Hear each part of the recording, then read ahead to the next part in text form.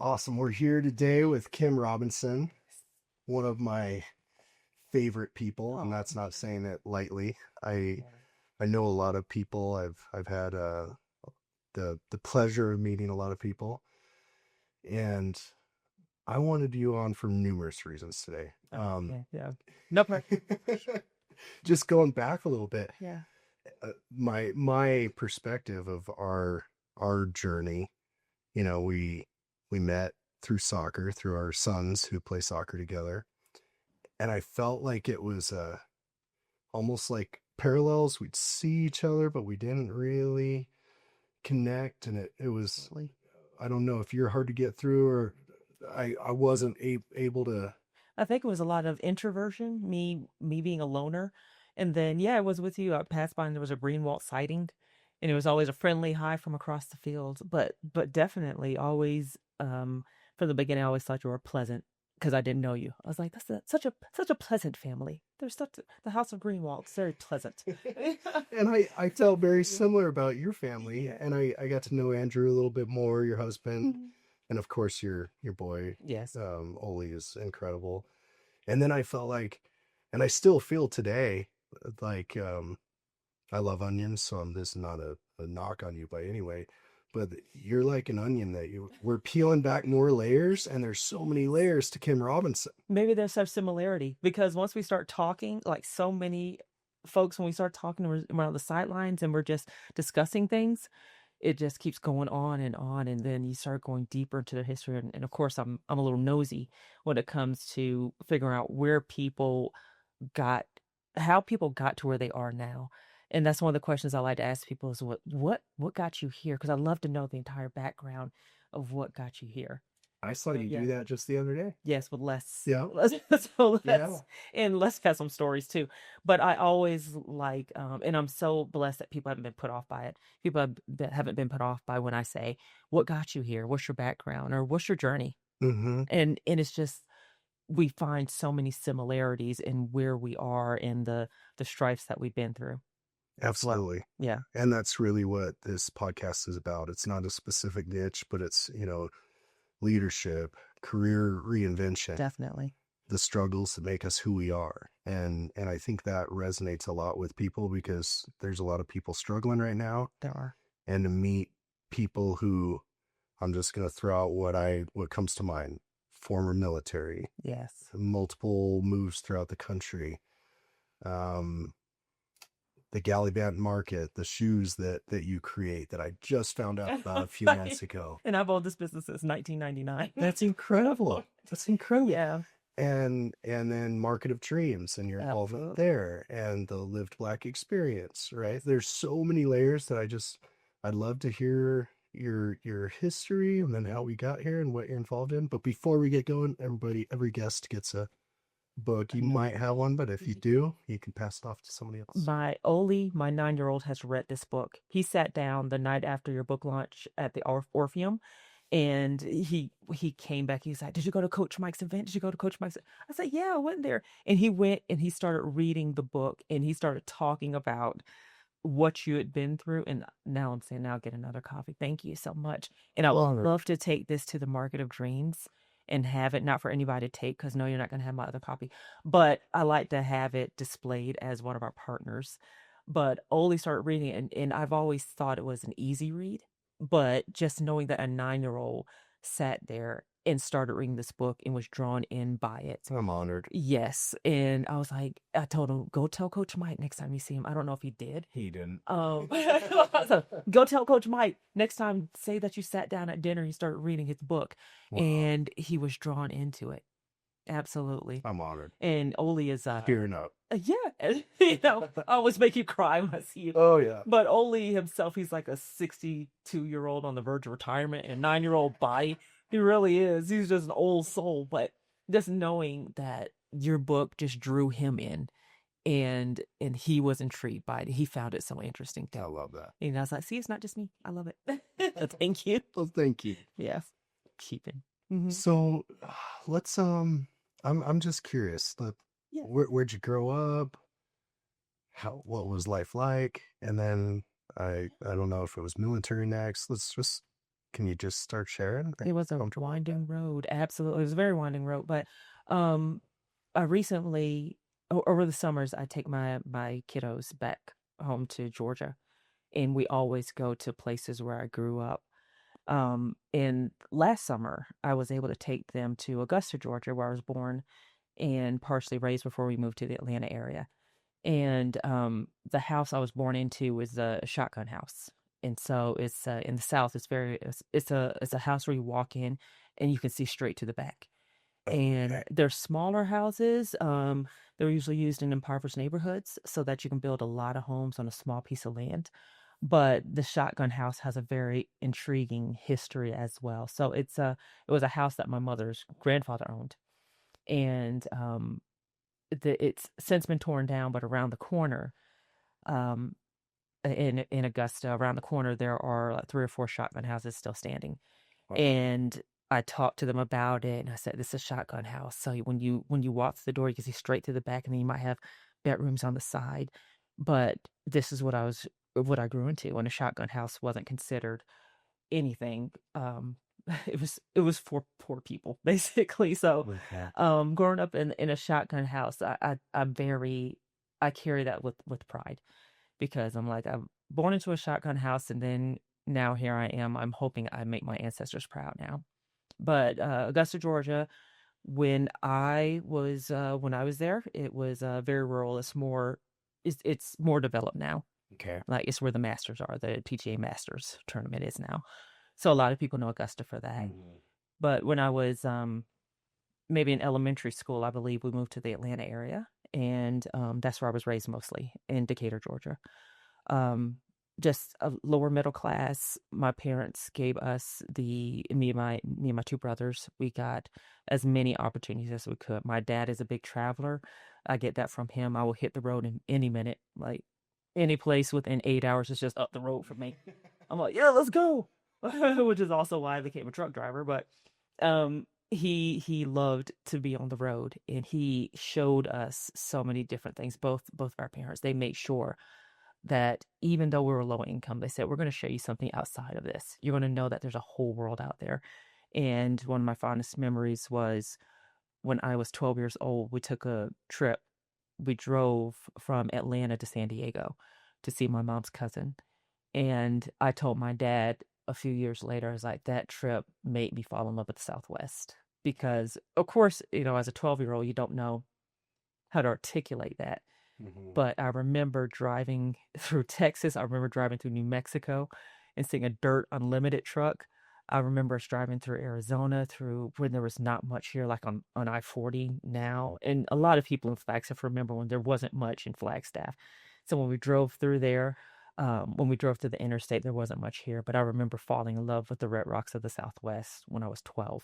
And then going back to high school and being in advanced English composition, and writing about my trip to the Oh, Southwest very as well. And so I told my dad years later, I said, that's what made me decide that I want to live in the Southwest, just exposing us to that. And it's amazing that when when children have the opportunity to see a world outside of theirs, which is why taking my kids, and my husband and I both have this philosophy, we take our kids to as much as we can so they can see the world, and like there's life outside of wherever you are. Not saying that where you are standing is bad, but just realize that you have options, and just know that it's very flattering to be somewhere and choose to be there. So when people choose Flagstaff, when people choose Arizona, that that says a lot about where you feel your spirit belongs Mhm. there. So, yeah, I tell my kids that that's why it's very important that every break we get, every chance we get, we go and travel. We'll jump on a flight. We'll go and just see the world. And it doesn't take that much money. We're not rich people, and it's just a matter of finding opportunities and finding ways to expose them to cultural events, and just making sure the world is open up. I love that. Yeah, and so I attribute a lot of that to their current success, even in elementary and high school, their current thinking, that they don't feel like, oh, this is all there is. It's like, no, when you have a little small problem, little small high school problem, just know that it's a small high school problem. It doesn't define your world. Mm-hmm. So just know that this microcosm right here, and I love my 14-year-old's attitude. His attitude is very much, this isn't all there is. So when there's a high school problem where somebody else might think it's a huge problem, like this is my entire life, he's like, no, this is just a drop in the water. I'm looking forward to going back to, New Orleans next summer. So it's like I'm going to Atlanta in a few weeks. So I'm not going to worry about this, That's a great perspective. Absolutely. And yeah. I want to get back to your story, but I've got to say, since you mentioned Enzi, your oldest, Yeah. what are they? Two incredible boys. Thank you. I'm honored. It's rare for me to see a 14. He's 14 now. Yeah. A 14-year-old who's the biggest cheerleader for his nine-year-old brother. Yes. He's not only a role model and encouraging. I mean, he's on the sidelines encouraging Oli more than anybody. Loud and proud. He is a great older brother. Yeah. And he walks around saying, "Where's my baby brother? Where's my baby brother?" Yeah. So, yeah. You're doing great. Thank you. You and Andrew. You. Yeah. So growing up in Georgia, and then out of high school, what happened? Out of high school, I went to the University of Georgia and joined ROTC, Air Force ROTC, and was commissioned into the Air Force. And traveled, I think I was stationed about 6 or 7 different places. So that was a big eye opener. I'm a 3rd generation veteran. My grandfather was in the Army Air Corps and my father was in the U.S. Air Force. Oh. And I joined the Air Force. My brother was in the Air Force as well. And I currently have a nephew who is a Marine. Yeah, so he's a Marine now. Thank you all. Yes, so it's a military family. I have uncles that were in the Navy and another Air Force uncle. So yeah, 3rd generation veteran, and it's just one of those things that we took the opportunity to do it, and it's something that's opened up a lot of doors for me as well. So you were a commissioned officer. Yes. What was your job? My AFSC, Air Force Specialty Code, was it changed. I was a 21T transportation officer, and then all the logistics fields combined to 21Rs, and this was in the early 2000s. We all became logistics officers. So that's when we started joking we were the jack of all trades, masters of none, because it's like it had transportation, supply, fuels, all the logistics, and then you make the officers no longer specific to a portion of the logistics chain. We all became logistics officers. But it was fun because I was able to go outside of transportation. I was able to work in fuels for a little bit. And then I was able to go into combat operations. So it opened up quite a bit for us. Yeah. Well, I had fun. Yes.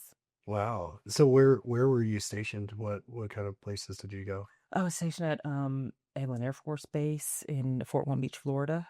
And that's when I did combat operations. And then I was a recruiter out of Fort Worth.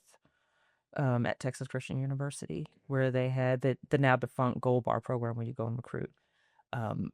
You go and recruit students for a commission. Okay. As well. I was at Langley Air Force Base, headquarters, wow. Air Combat Command. That was you get to see a lot there. I bet that's an interesting place. Yes, and I love the headquarters positions, but I'm definitely more boots on the ground. So I appreciated seeing the peace that happened at Langley. But I was itching to get back to the troops. And so, yeah, I was out in the field quite a bit. I don't remember where I saw a station. So I stuck it off all one place. I remember being at Hill Air Force Base for some stuff. And then I remember being in California as well. Were you single at the time? Yes, I was. Yeah. I was. It was just me and my cat. Okay. And that's the way I appreciated being, because just bouncing around. Oh, it's gotta be so tough. Yeah, and people are able to maintain relationships, but I just think that it was best for me at the time. Yeah, just to bounce and not have to worry about leaving people behind or anything like that. But folks all around successfully had marriages and relationships. Yes, but that was just a me thing. Makes sense. Yeah, absolutely. So how long were you? I was in for 5 years. 5 years. Yeah, commissioned. Yes, 5 years. Mm-hmm. And then what was that transition like? What happened after that? Transmission. I'm actually a disabled veteran. So I was medically discharged. And after that, while I was active duty, I had actually gone to truck driving school because I got a hair up my hind knee to get a commercial driver's license. And I remember calling my dad when I enrolled in Training, Alliance Tractor Trailer Training School. It's in Ladysmith, Virginia. I don't even know if it's there anymore. But I went on the weekends while I was active duty, and went Saturday and Sunday, drove about an hour from where I lived and went to truck driving school because I just wanted to get a CDL. I flipped a coin and said either I'm going to become an ASC certified mechanic or I'm going to go to truck driving school. I don't know what it was. Like I just want to be on the road. Actually, I wanted a viable trade. And I love working with my hands and I love working on vehicles. Um, so flipping the coin, it's like, okay, truck driving school it is. So I found one, enrolled, called my parents, said, hey, guess what? I'm going to truck driving school. Never heard my dad laugh so hard. My dad dropped the phone laughing at me. I was like, Dad, just put mom on the phone, and she cracked up as well. So it was very funny that I went to truck driving school.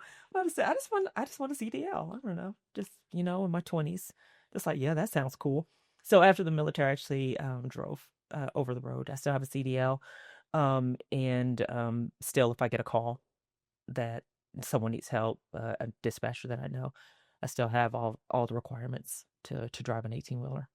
But that is truck drivers. I think truck drivers should just write a book because we're a bunch of carnies out there. It's definitely a culture of yeah, what you see out on the road as a truck driver is way different. And I do a lot of miles still in my car. When you're a truck driver, what you see out on the road is just, I was like, we're a bunch of carnies out here, man. It is just crazy. Listen to the CB and going to the truck stops. It's a whole different culture. I can't imagine. It's fun. It's fun. But yeah, you're put in different situations. I always drove with protection on me, on my leg. Always had something on me because being a woman out there, people will try you. They will definitely try you. So it takes a whole kind of personality. It's sometimes scary just to drive because you're driving an 18 wheel, sometimes 2 to 3 to 4 ton vehicle. Mhm. Among knowing that you have to be safe, just 1 second of inattention could lead to disaster. But yeah, it's something I've considered going back to full time. So, but yeah, I like to have my boots on the ground right now. Yeah. Hmm. So what you transitioned out of that, obviously. I did. I actually, when I decided it was time to get off the truck, I applied for jobs to the National Park Service. So the next transition was to the National Park Service as a park guide at Mesa Verde National Park in Cortez, Colorado. Um, I was actually in fees. So I was a seasonal employee in Cortez, Colorado, and then accepted a job with the IRS in Santa Fe, New Mexico. And then out of Santa Fe, went to Virgin Islands National Park as park guide. No kidding. Yeah, absolutely. And that was a lot of fun. Beautiful place, beautiful people.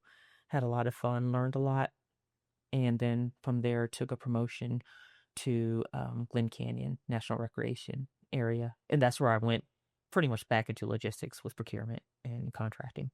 Mhm. Okay, so you were able to use your military experience and Absolutely, yes. yeah. Yeah, I was able Very to good. use the when you apply for federal jobs, disabled veterans, we get certain points added to our resumes Mhm. uh, for particular jobs if you qualify for the job. So it is affirmative action for veterans, but with all affirmative action programs, you have to qualify for the job first. Mhm. So I guess they figured if I'm able to run a deployment line during 9/11, I can handle counting some money and buying horseshoes. You know, so it worked out. Okay, you mentioned something I got to dig deeper. Uh, Deployment line 9/11. What's this that look like? absolutely. I was at Edwin Air Force Base, 9/11, and I was actually in a meeting with my boss's boss. So I was meeting with the colonel, and then someone knocked on our door and spoke to the colonel I was speaking to. Said, "Ma'am, you need to come out here." And we're like, "Oh my gosh, what happened?" And so I remember walking into my boss was there, Colonel Dawn Hodge. She was there as well, and she was in the conference room, and we were watching on the big screen as the towers came down. Wow. So of course, Eglin being a major deployment center there, we were all pulled in, immediately gone to 24-hour shifts. So it was just overnight. And that's one of the things that's helpful when I don't need to be preoccupied with, my family's at home. I need to make sure that they're taken care of. So we went to 24-hour operations. I remember my troops loading trucks, lines of trucks coming through the deployment line onto the flat line, and cargo planes coming in. And we're out there 24 hours a day. I'm standing on the flight line at 2 a.m., 3 a.m., telling my troops, you got to sit down, we got to take a break, and then going home, taking a quick shower, feeding my cat, and then going right back over to the flight line. So I think a lot of people know where they were during 9/11, but I remember my previous colonel who had just TCS, permanent change of station, he just moved to the Pentagon, Colonel Fisher. And when we saw the plane crash into the Pentagon, I looked at my colonel, just a moment of disbelief. I looked at Colonel Hodge, who is there, and I said, ma'am, Colonel Fisher is at the Pentagon. And she said, I know. And I said, ma'am, Colonel Fisher. And she said, I know, Lieutenant. But I don't know what happened to Colonel. I was like, Colonel William Kimberley Fisher, if you're out there. I remember we had to say his middle name is Kimberley. That's how. So Colonel William Fisher, if you're somewhere, let us know. But I'm not sure what happened to him. I don't think he was killed, but we never got word that he was killed. But I remember just being in disbelief, like my colonel was in there. My colonel was in the Pentagon. But yeah, it was, and then immediate 24-hour operations. Absolutely.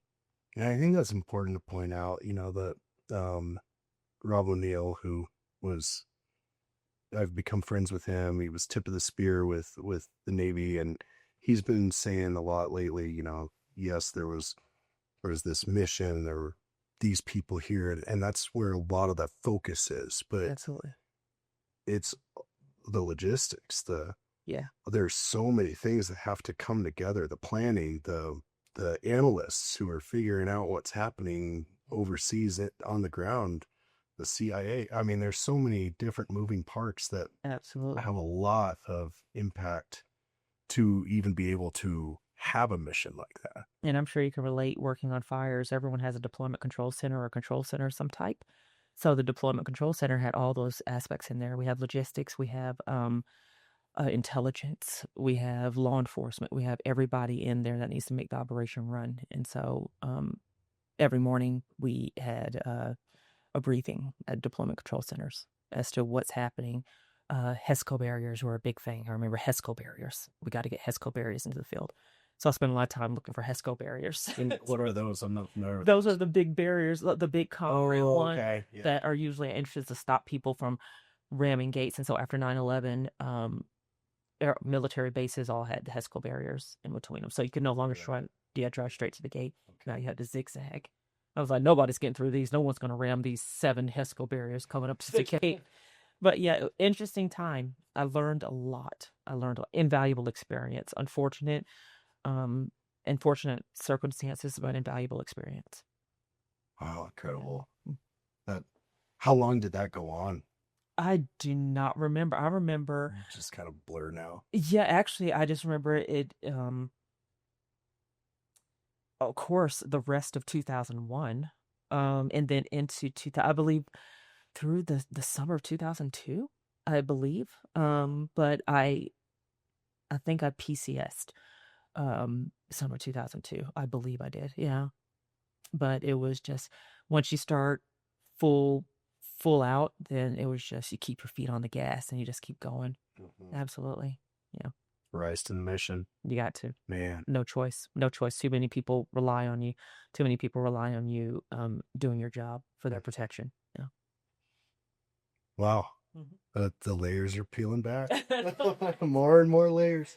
So, okay. So then you park service. Yes. And where was the last place you said? Was it Utah? Went to, actually, I was at Mesa Verde National Park, Cortez, Colorado. Okay, Colorado. Absolutely. Yeah. And okay.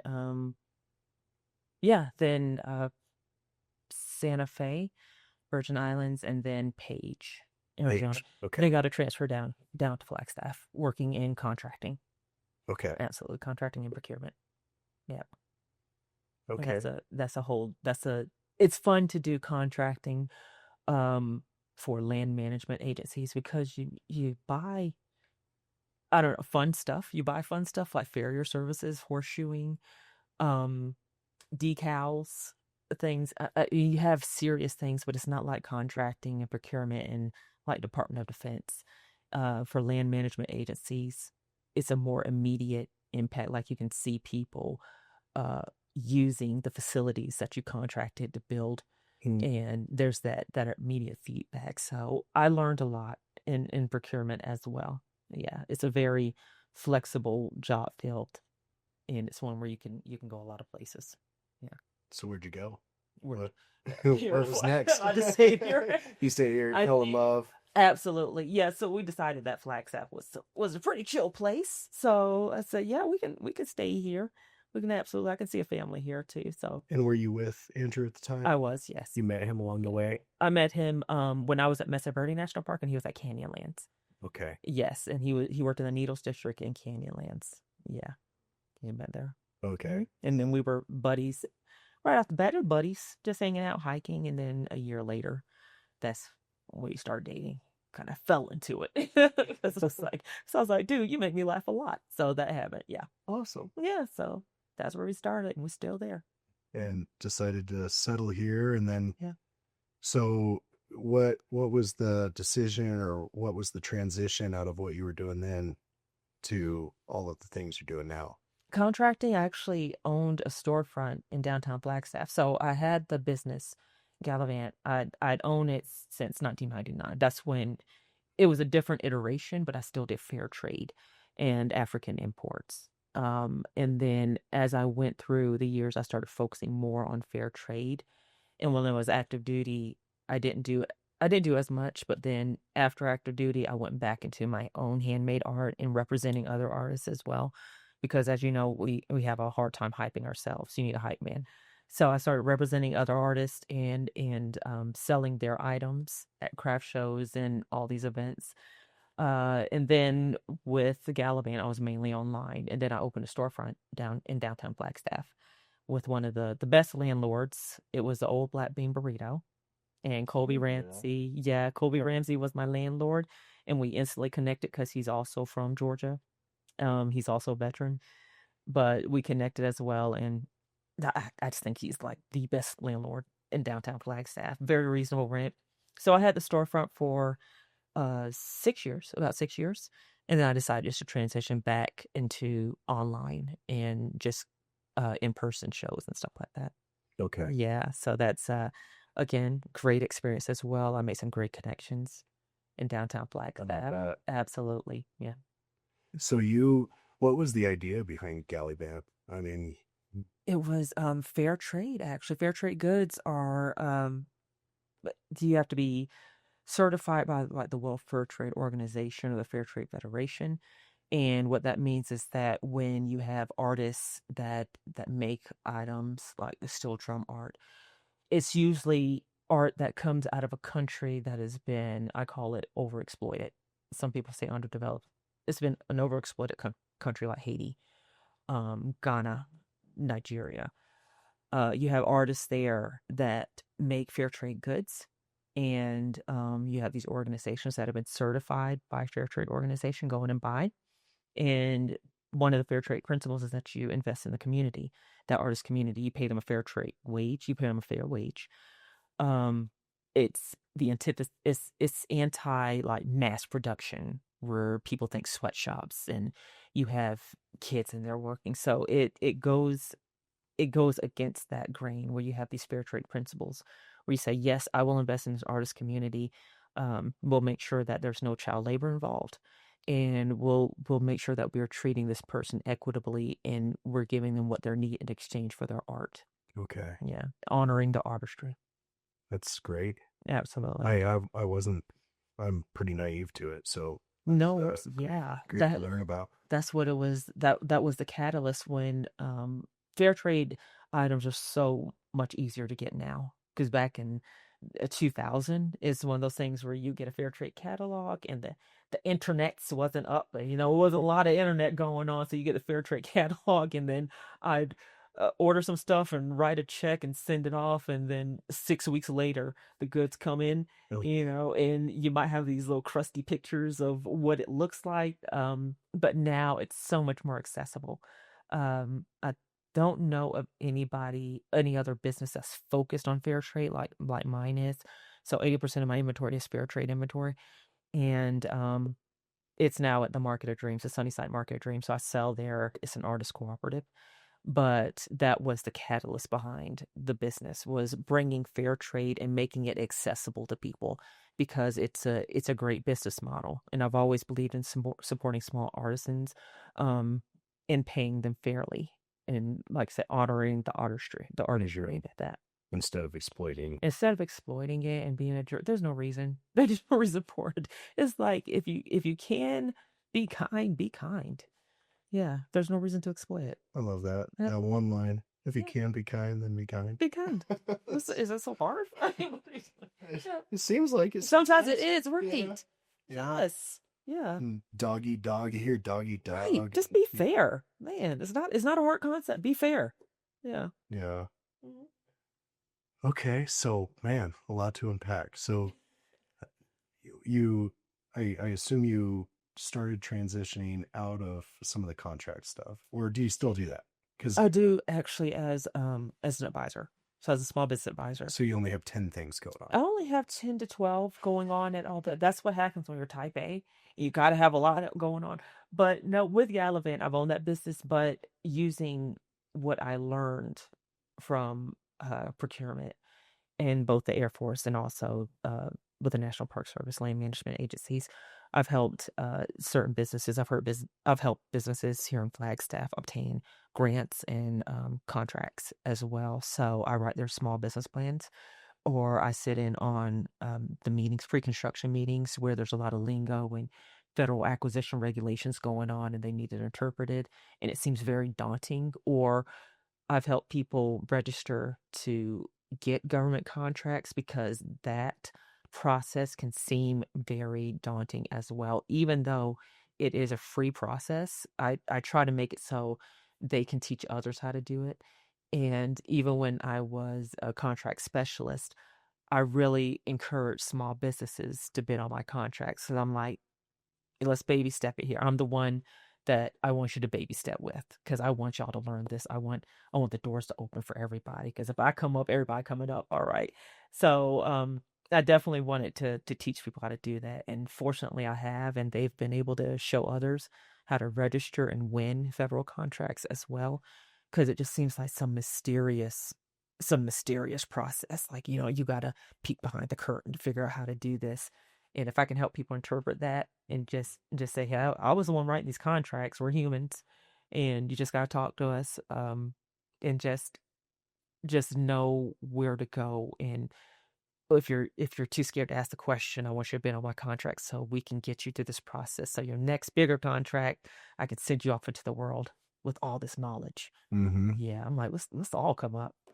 I love that mentality. Yeah. That all ships rise mentality. Heck yeah.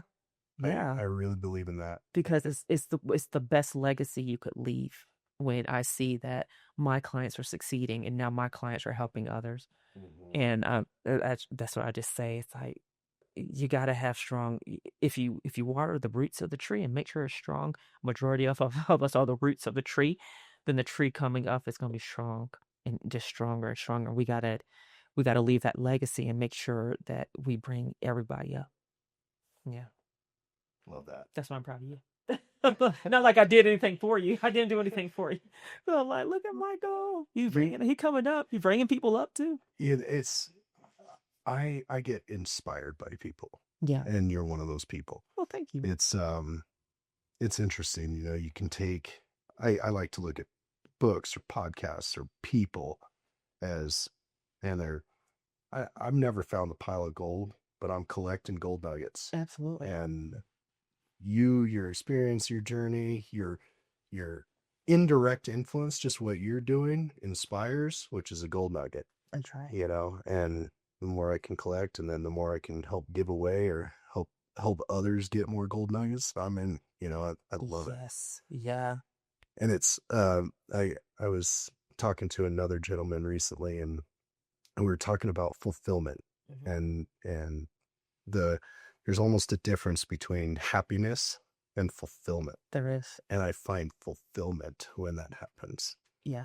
And I'm curious, I was curious about your motivations because you're into so many things, but I don't want to speak for you, but it seems like you get fulfilled when others are filling their cups. There are, it's one of the things where I have an issue with the quote where when people say hurt people.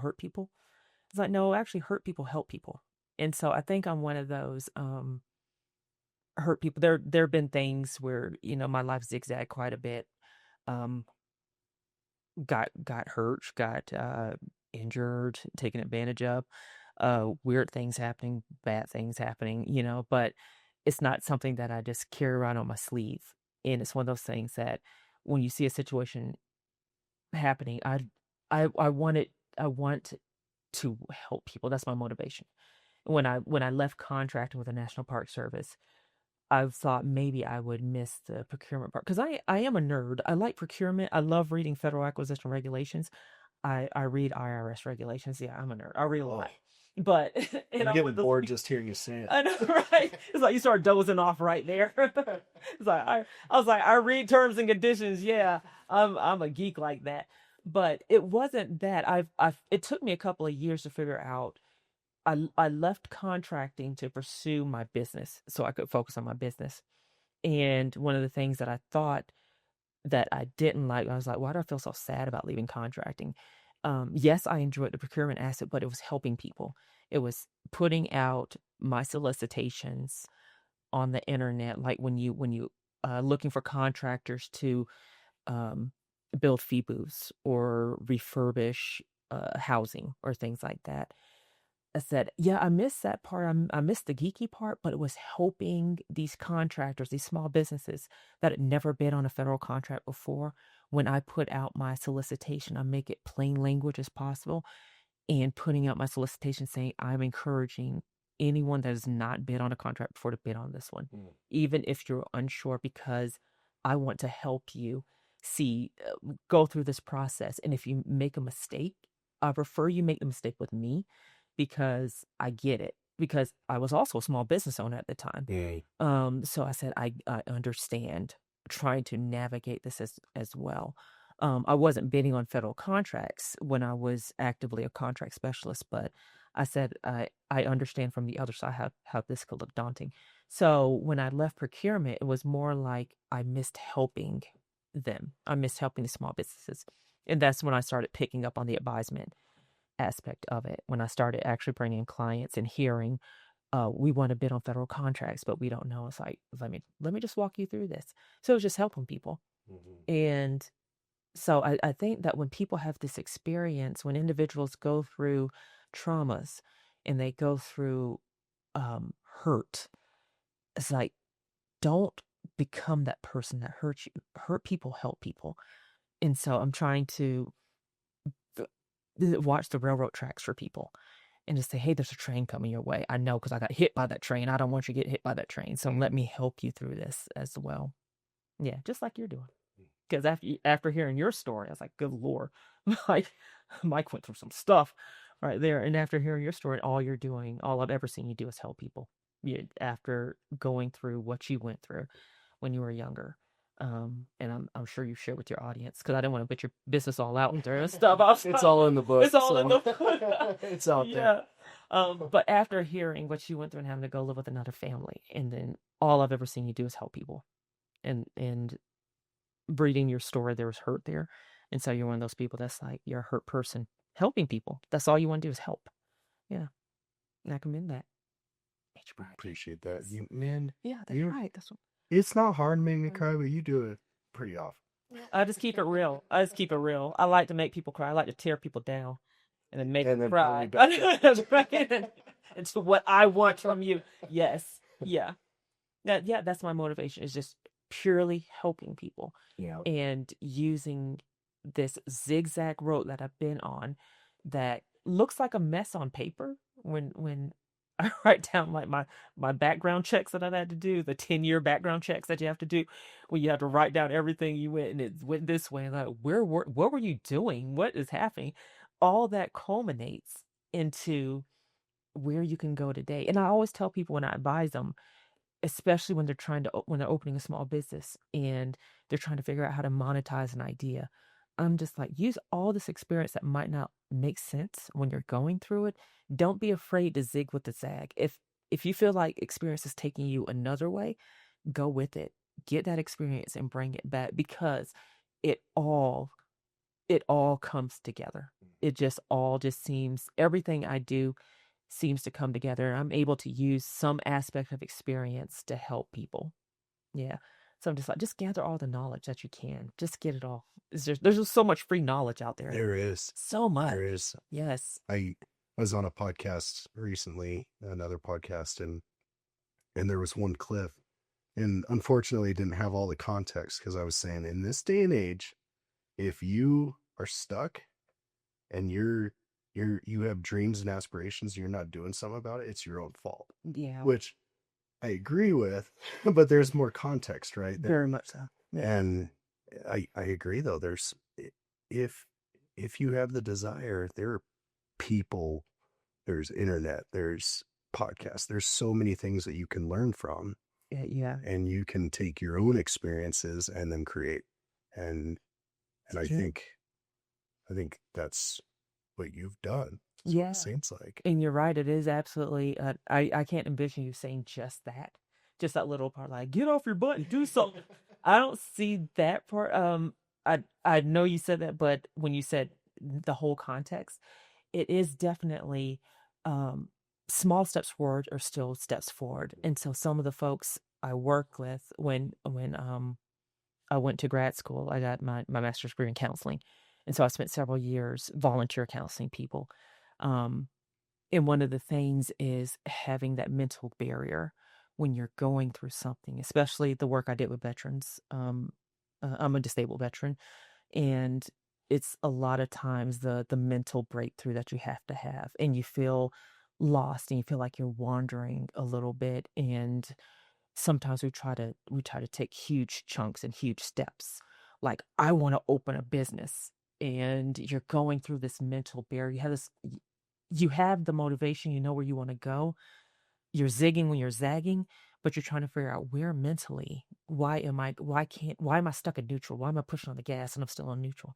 And sometimes it's the mental barrier as well. So when you said the whole context, it's like, yeah, we can be motivational and stuff, but we have to understand there are people going through they're fighting unseen demons.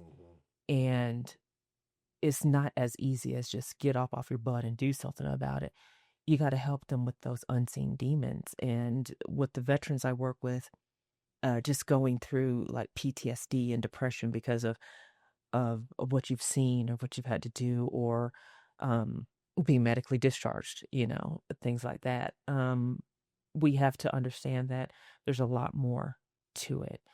And I think you get that. You get that. And it's just one of those things that's like, yeah, you can be self-made, but the unseen demons are lingering there as well. So there are a lot of battles that people are going through that we just cannot physically see from them. Absolutely. Yeah. Absolutely. We run across those all the time. Exactly. And it's unfortunate, but I do also believe that there's people like yourself, and there's hope that you have that idea for the business. There's resources, there's help, there's ways to accomplish what you want to do. There's always help, and there's always resources, even if we don't want to, even when we don't want to ask for help, even if you're like me, you don't want to ask for directions. There's always resources out there. And I just want the things that helped me when I was dealing with my unseen demons is that I had to remember not everything has to be a huge chunk. I'm like, why am I trying to take huge chunks? Why am I trying to eat a whole donut when I can just take a nibble at a time? So don't just don't take it like a year plan. I've told folks I had a 5-minute plan, because it gets to the point where you're down at the bottom of the pit and you're like, there's nowhere else to go unless I start digging deeper into this pit. Like, trying to look at what you're going to do with your day, that's too much. You just got to go. I had 5-minute plans. Like, I'm going to get up, I'm going to do this, I'm going to go clean out my car. I'm going to go say hi to my cat. And then after you go through that and you're like, okay, when you can see on paper what you've accomplished, then you start thinking, you know what, I am moving forward because you feel like you're in neutral, but then you realize these small chunks are actually moving forward, and small movement is still movement forward. I think And that's so, so important yeah, because so much. I mean, there's there are all of these resources, like we said, on the internet. There's all these things that we can do, but we a lot of times we only see that outcome. We see yes, that peak. We don't see the pit that you were in or that person was in to eventually climb out of it and then maybe climb up a little hill, and guess what, you're back down into another pit. And I mean, it's that yeah. one step forward. Isn't it about what we see? And it's all generational. When you said that, I thought about Lifestyles of the Rich and Famous back in the 80s. Because she's because this is what we see, and that's what I saw. It's like, whoa, you had this huge house. You don't know the journey the person went through to get there. And then you see like Pimp My Ride, where you do see part of the process, and then you see the end result. It's like, oh man, you got this really cool ride, man. And you got to see a little bit of the process. But now we have social media, and you have influencers, and you have YouTubers where you see that they have all these subscribers. And sometimes the YouTubers, they don't talk about what they went through, what they had to go through to get to get up to that point. And so you see someone with 10 million subscribers, 2 million subscribers. And I'm like, you realize they went through many, many, many years. Some of the YouTubers I watch went through a decade of having like 2 subscribers, Mm. 300 subscribers, very few subscribers. And now, because of various circumstances, perhaps because of COVID, different things, the algorithms, they blew up, and now they're here. And when I work with students now, elementary through high school, and they talk about what they want, I always remind them that this YouTuber that you admire, remember that we're calling them YouTubers, but we got to remember that a lot of YouTubers and podcasters, this is not their career, or they've had a career. So a lot of YouTubers I watch actually have full-time jobs, and then they sit down and do YouTube. And so I'm like, there's a lot of the unseen around that you don't see. And so we have to make sure we know people's journeys. And that goes back to the question where I say, how'd you get here? That's when I get really curious about, what makes you, how'd you get here? But I always try to remind, especially younger children, students, remember to ask that question. How did they get there? What struggle did they go through?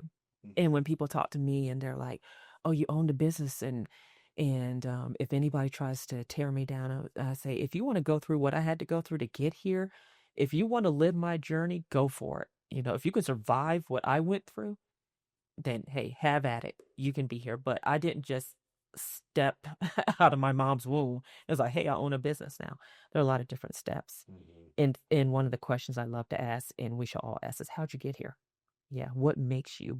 What makes your spirit? I love that. Yeah. Yeah.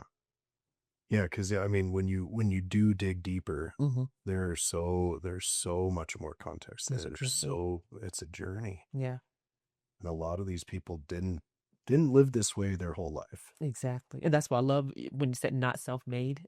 And even when you told me a little bit about the title, I thought immediately of, yeah, that's the dream. Yeah, you're self-made, but the what you had to go through to get where you are, it is there's so much to that. And millions of us are going through it. And there's so many similarities to our journeys as well. There, So many hardships. I feel like the more you talk to people, the more you see a mirror of your own story in them. Definitely. There, and that's connection, right? You build bonds, and with those bonds, like I said, we on stage, you realize my strengths, and I realize your strengths. Well, maybe let's collaborate, Exactly. or maybe let's not. Maybe let me share some of my struggles with you, and Right. you can give me some advice. And let's not work against each other, because there's really no need for that. There's no need for that. Yeah. Yeah. It's helping people. Just help. Mm. And when you see someone trying to get to where you are, it's not a threat to your existence. If someone, I love telling people the journey of, if you want to own a business, this is what you got to do. I'm not holding secrets. I'm not gatekeeping. I'm like, we need more small business owners. We need more. We need more authors. We need more people writing about their journey. So it's not about gatekeeping. It's about making sure that I can push you off those railroad tracks when I see the train coming Mm. to help you. Yeah, but there's no need to go against each other for that. Yeah, Yeah. absolutely Mhm. agree. So you help people. Yes, a lot of yeah. So you're involved currently Mhm. in what I would, from my knowledge, you're involved in the schools, Yeah. you're involved in Market of Dreams, you have your own business, the Elegant Market. Mm. Um, what else? Live Black Experience. Can you talk a little But bit about all of those? absolutely. So Sunnyside Neighborhood Association is a historic neighborhood in Flagstaff, and it it was built with a lot of the lumber railroad industry that came here. And I also believe that it is the densest neighborhood in Flagstaff Mm. as well. So, Dr. Coral Evans, a former mayor, she's the executive director of Sunnyside Neighborhood Association. And the Sunnyside Neighborhood Association runs the Market of Dreams on 4th Street. The Market of Dreams has been in business since 2000, I believe 2010 or 2011, but they've been around for a long time. And I could be wrong about that. It could be closer to 2015, 2016. But her and Geronimo Vasquez, who is a Coconino County supervisor, they had this great idea to have a small business incubator. And it's not just an artist cooperative, it's not just a retail store. It's where you go in as an artist where you don't really know what you have an idea, you want to do the artistry, but then you need the financial advice, you need the logistical information as well. So the Sunnyside Market of Dreams is a small business incubator, and we take on artists and we teach them marketing, we teach them solid skills that actually gets them into full-fledged business owners. For example, Tres Amigos, they own 2 food trucks in Mhm. Flagstaff, and now they have a restaurant in Sedona, and they started out of the Market of Dream. Wow. And also Mine Wayne's coffee shop that Geronimo Vasquez owns with his beautiful wife Alejandra Marin, uh, he started with the Market of Dreams as well, using all of his business knowledge. So the Market of Dreams, we still take on artists. You have to go through an application process, and you have to understand what it's about. You have to understand that we don't buy your art wholesale. You have to be invested into it as well.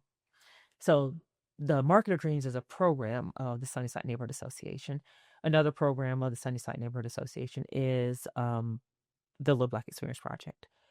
The Live Black Experience Project started in 2020 after the murder of George B. Floyd. And that's when several Flagstaff leaders got together and said, what can we do? We're not going to sit back. We're going to create an action that will address how did we get here. And it's not just looking at, you don't just look at the wound and be like, oh, that's a bad wound. We're looking at what caused the wound, what is happening here. Just rip off the band-aid. Let's take a hard look at what is happening in this country.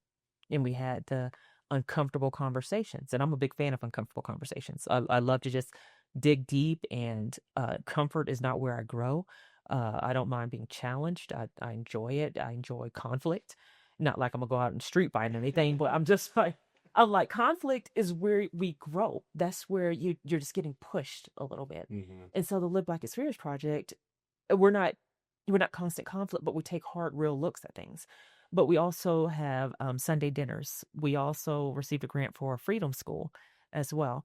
And we have free dance classes. We help people. Anyone that comes to us and says, "Hey, I need a resource for this. My house burned down. What are your resources?"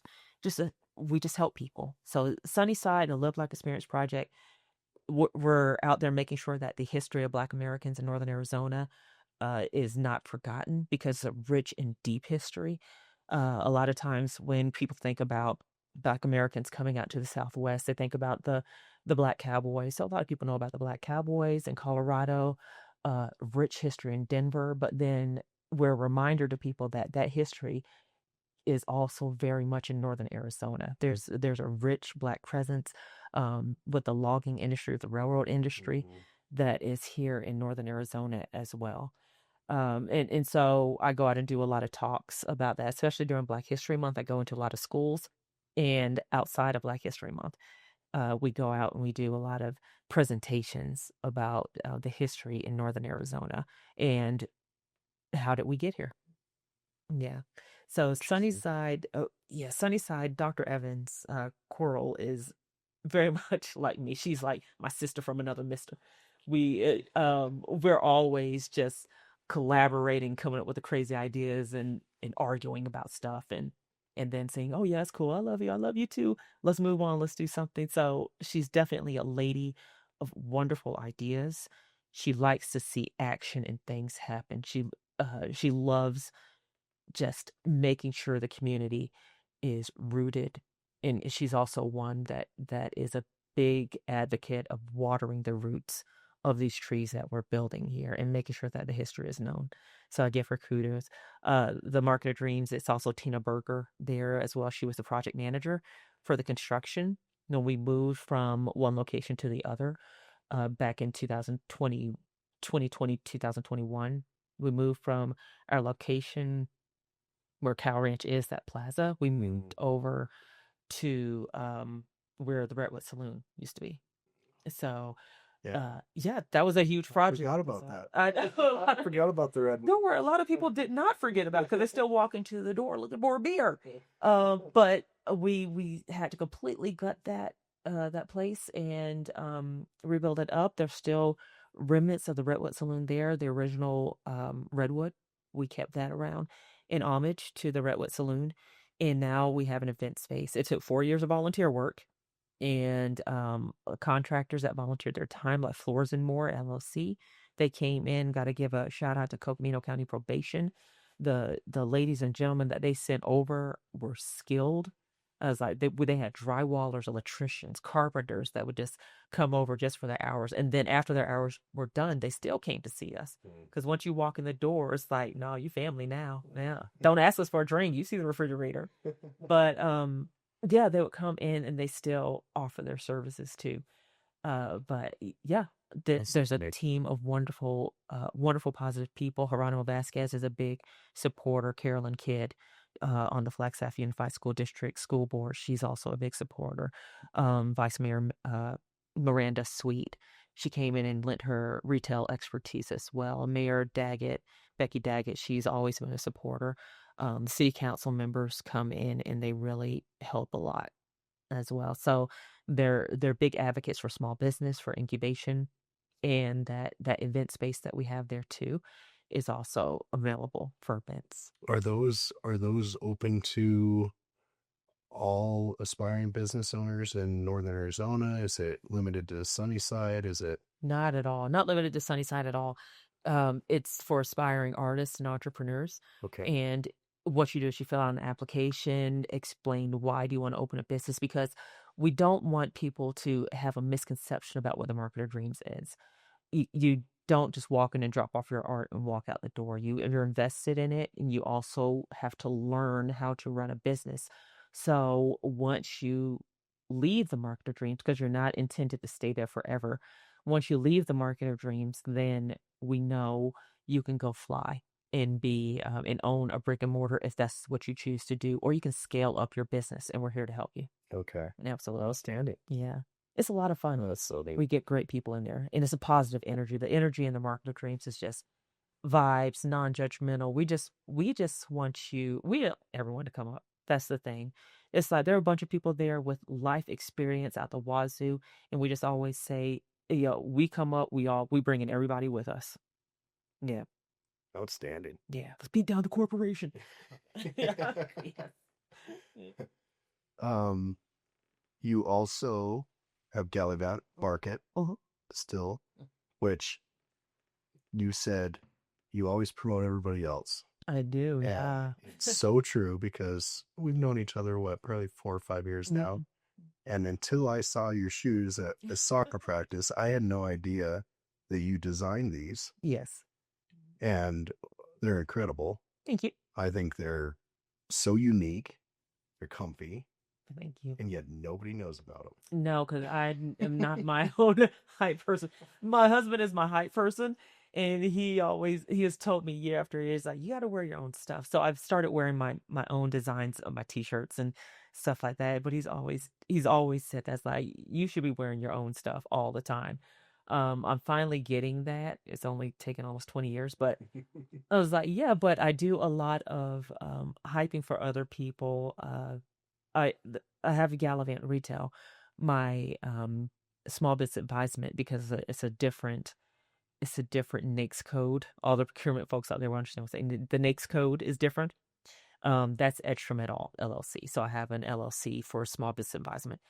Um, and so I tell folks that uh, you might not hype yourself. I do the branding for them. I do the marketing for them.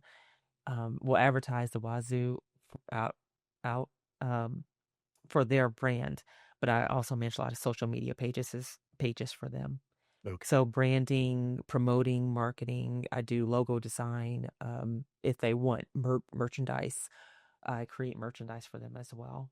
For me, not so much. Well, that's why people don't really know what I do. But if you give me another business, if one of my clients, I will talk to you all day about them. Yeah. Well, I'm gonna help be one of your hype people. Oh, thank you. You always you and Kristen have always been very supportive. Well, But once we find always, out, once we peel that next layer, yeah, and the butters, yeah, yeah, Linda the Les, butters, that they're incredible, salt definitely, of the earth people. absolutely. So I'm absolutely blessed to be surrounded by such positive people as well. Yeah. And you do everything. Yes. I mean, Sometimes I just need to as sit you're my butt saying, down. managing social media, Yeah, I do, because it's one of those things, life experience, where I stumbled through it. When I started my business, I didn't have money to pay people to do all this stuff. So I did my own business taxes. I did everything. I was the HR, I was the hiring, I was keeping up with uh, uh like OSHA requirements, and I was keeping up with regulations about personnel and stuff. So after a while, um when I start talking to people, it's funny when you're an advisor to anything and people talk about going into advising. When I'm helping people go into advising, I say, just sit down and talk. And we just sit down and talk. Just tell me what you know. Just sit down and tell me what you know. And then they start going through all this stuff and learning what they did. I was an HR and did this and all. When that law came out, that was a big. I would just say, just talk, just vomit out all your knowledge, what you know. And I just sit there and take notes and notes. And by the time I hold up this full notebook, I was like, this is what you know, and you're afraid that you can't advise people. Mm. And so many times when you want to help people, you don't realize what you know because it's trapped in your head, and it's just organic to you. It's just so organic. And so I tell people, if you want to help people, just sit there and just vomit out all the stuff, your life experiences. So when I talk about driving trucks, what I learned when I was a truck driver, what I learned about this when I was on the combat line, what was on the combat deployment line, what I learned then when I had the brick and mortar. Oh gosh, what did I learn from just going in there and owning a brick and mortar? The different requirements from being an online merchant to a brick and mortar Sure. merchant, the insurance requirements. What did I learn from that? Um, yeah, and just knowing what you don't know what you know. And when I started talking in 2014, when I formalized my small business advising business, when I just started regurgitating what I knew, and I was so paranoid about, can I advise people? I don't know. What do I know?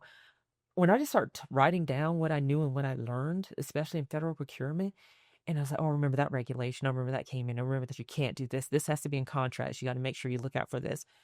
I say, you know what? Actually, I do know a lot. There is a lot of knowledge.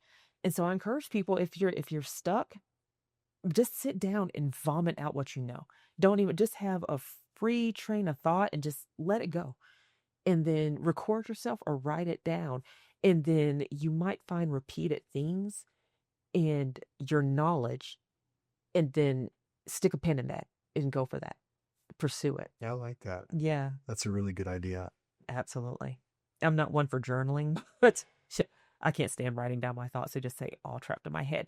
But when you're trying to do that, I tell folks, just vomit out what you know. Sit down and talk to a friend and just go uninterrupted and talk about your life experience. And then you'll find out how intriguing you really are. Mhm. Absolutely. Yeah. Every individual. Yes. We're all like that. We're Yeah. all like that. And I think sometimes the problem is some folks don't realize how intriguing they are. Mhm. And when I sit down and talk to them, it's like, you are a fascinating, interesting person. And you don't feel that because it's all organically in you. Right. Yeah. It's like looking in the mirror every day and then someone sees you 5 years later and you're like, oh, you changed. And I'm like, really? Yeah. Mm. So what's next for Kim Robinson? Keep helping people. That is it. The Market of Dreams is doing great. The Freedom School, we are having a session on Freedom School Sunday, January 25th, 2026. I'm making the year so when people hear, when they listen to this, like 10 years from now, when you have 20 million followers. Oh, no, this was in 2026. So January 25th, 2026, we're having the Freedom School introduction. And it's in a partnership with Sunnyside Neighborhood Association, the Live Like Experience Project, and ASALH, ASALH. It's a association of studying the life of the African diaspora here in the United States. And we're going to start that. We're going to have sessions. It's mainly geared towards adults, but we're going to have sessions that talk about the history and Flagstaff local history. And the whole point of Freedom Schools was actually to make up for the lack of learning in public schools in the 1960s. So 1964 in Mississippi is when Freedom Schools really started up. And so that is Sala received money for grants for all these Freedom Schools around the United States, and Flagstaff got one of those grants. The Live Like Experience Project, Sunnyside got one of those grants. Yeah. So we're going to go full speed ahead there and also build up the Market of Dreams and the Live Like Experience Project. Yeah. How do you find time? I know. I know. That's why I'm be sleeping in my car in your driveway. I'm going to take a quick nap and then and move on. You got an extra. Yes. Yeah. Wow. I'm so happy to peel back some more of the onion. Thank you. You are an incredible person doing great things. So are you. So are you. Thank you. Yeah. We do our best. Hurt people, help people. I really like that. I'm actually going to marinate on that more because my initial thought was like, what? And then I was leaning in a little more and I'm like, maybe. Now I'm thinking, yeah. So I'm going to think about that a little bit. Thank you for zigging with my zag. Yeah, that's it's an interesting take. Yeah. I'm going to have to marinate on it a little bit, but I try to leave little tidbits. I love sharing wisdom. Yes. Yeah. Yeah. Well, people sharing wisdom with me. Not that I have the wisdom sharing wisdom with me. I love it. Yeah. Well, how can people find you? They can find me probably scooching up and down I-17 all the time. But the Market of Dreams, Sunnyside Market of Dreams, 2136 North 4th Street, Flagstaff, Arizona, 86004. The Market of Dreams is completely volunteer run, like Sunnyside Neighborhood Association. The Live Like Experience Project also operates out of the Sunnyside Neighborhood Association and Gallivant.com, GALLYBANT.com. Yeah. All right. I'm not hard to find. I'm just not sitting still at all. So, yeah. Well, thank you so much for sharing your journey. I knew you were incredible, but it's nice to get more context and thank you. Just understand the motivations and helping people out. That's what it's all about. It is. It is. And we're all going to rise together. Yeah, we can. Are you happy you're part of my tribe to do that? I'm here. I'm here for it. Well, thank you so much. Thank you so much, Mike. I appreciate that.